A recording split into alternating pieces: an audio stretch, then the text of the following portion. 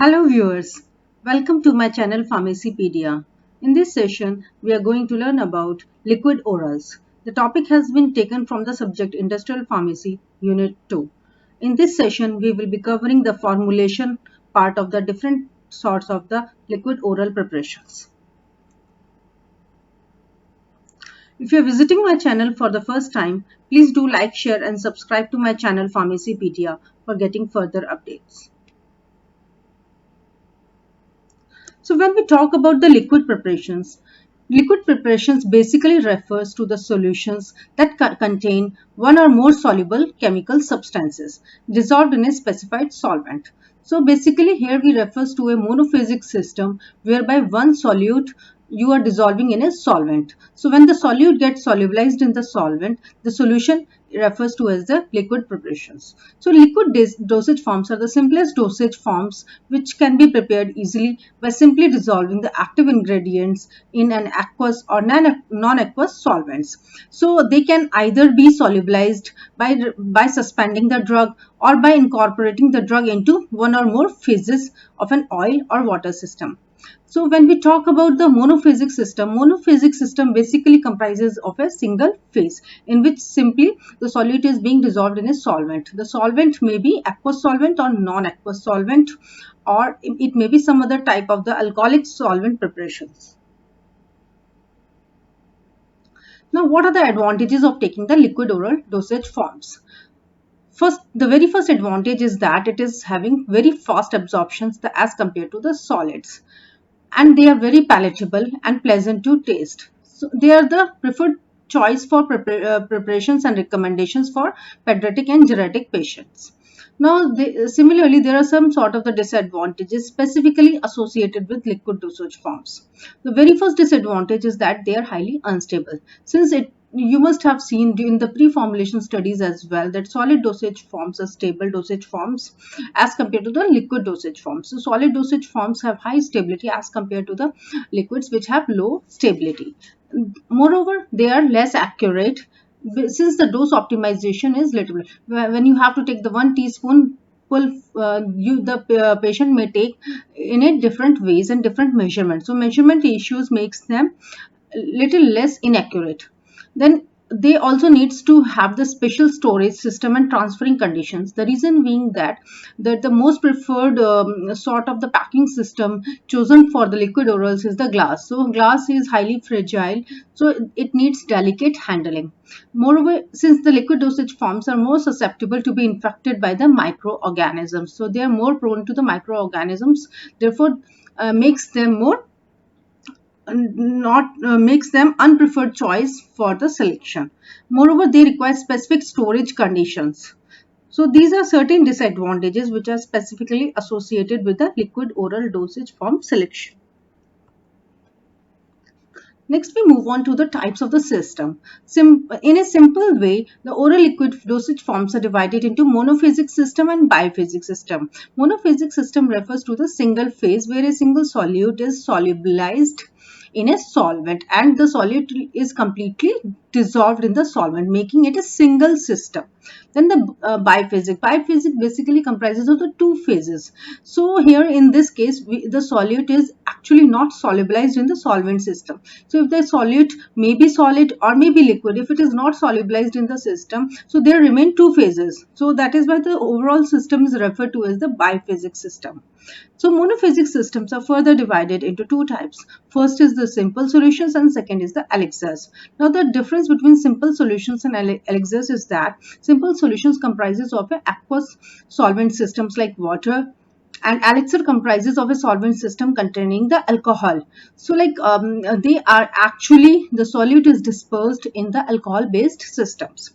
Then biphasic system, as told earlier, it comprises of two systems. If the solute system is solid and the solute is being tried to dissolved in the solvent system, so it will, since it is insoluble into the solvent system, it will just remain dispersed in the solvent system. So again, if the solid is being dispersed in the solvent system, it is referred to as a suspension sort of the system. And if we try to mix two immiscible liquids, the system is known as the emulsion. So emulsion comprises of of a liquid system, and suspension comprises of a solid and liquid system. So again, the classification remains the same for the monophasic liquid dosage form and biphasic liquid dosage forms. So let us try to analyze them one by one. So first we move on to the syrups. So what are syrups? Syrups as is a first of all monophasic liquid dosage form system. So it is a concentrated or nearly saturated solution of sucrose in the water. So you have to keep in mind one thing, that the primary solvent used is the water in which the sucrose is suspended. Now the concentration of the sucrose is 66.7% weight by volume. So first of all, the solvent based is prepared by dissolving the sucrose in the concentration of 66.7% weight by volume, so that a thick viscous solution known as syrup is being produced. So the vehicle is water. Apart from that, certain substances like chemical stabilizers, coloring agent, flavoring agents, and preservatives are also added to the system to make the syrups more palatable. So syrups may be again medicated syrups or non-medicated syrups. So medicated syrups basically refers to the syrups having the active pharmaceutical ingredient. Non-medicated syrups basically refers to the system having just sucrose being stabilized with the help of other chemicals. So let us try to figure out the chemicals which are used in the stabilization of the syrups. So chemical stabilizers like glycerin, sorbitol, propylene glycol, etc. are being used. Apart from that, coloring agents like coal tar dyes, flavoring agents, tinctures, essential juices, or preservatives like parabens are being used. Next, we move on to the elixirs. So elixirs are basically the clear, sweetened, aromatic, hydroalcoholic liquids which are intended for oral use. The point to be noted here is that they are the hydroalcoholic preparations. So the main ingredient used is ethyl alcohol into the ranges of 5 to 40%. Apart from that, water, glycerin, propylene glycol, flavoring agents are being added up to stabilize the system. So again, you can see their inactive excipients for the stabilization remains similar to the syrups. The only thing to remember over here is that the main ingredient in elixirs solvents are based on the ethyl alcohol, that too in the concentration range of 5 to 40%. Next, we move on to the biphasic system. In the biphasic systems, there are two main dosage forms. First is suspensions and emulsions. Both of them, as compared to the monophasic systems, are highly unstable. So when we talk about the suspension is the preparation whereby a solid is dispersed into the liquid phase. So it is a biphasic liquid dosage forms in which finely divided particles are dispersed in liquid or semi-solid vehicle. The particle size of the solute or for the solid lies in the range of 0.5 to 5 microns. They are also given as oral or parenteral route. For example, paracetamol suspensions IV. Now the qualities associated with the suspensions are that since they are unstable system, so on prolonged storage, they get the dispersed phase, that is the finely divided particles over a prolonged period of the time settle down at the bottom, and they form the flocculations. So the sedimented particles basically clog together, and they may result in the formulation of flocculated suspensions. So suspensions are further divided into two types: flocculated and deflocculated suspensions. If flocculated suspensions are being referred to those suspension whereby the flocculates which are being formed at the bottom can be redispersed once you shake the suspension. But in the case of deflocculated suspensions, the suspension cannot be restored because the flocculation is basically eventually develops into the formation of the cakes. So this cake cannot be redispersed. So when we talk in terms of as compared to the monophasic liquid dosage form, suspensions are cannot be removed easily once cake has been formed. So they are actually uh, of two types: flocculated and deflocculated type, highly unstable system.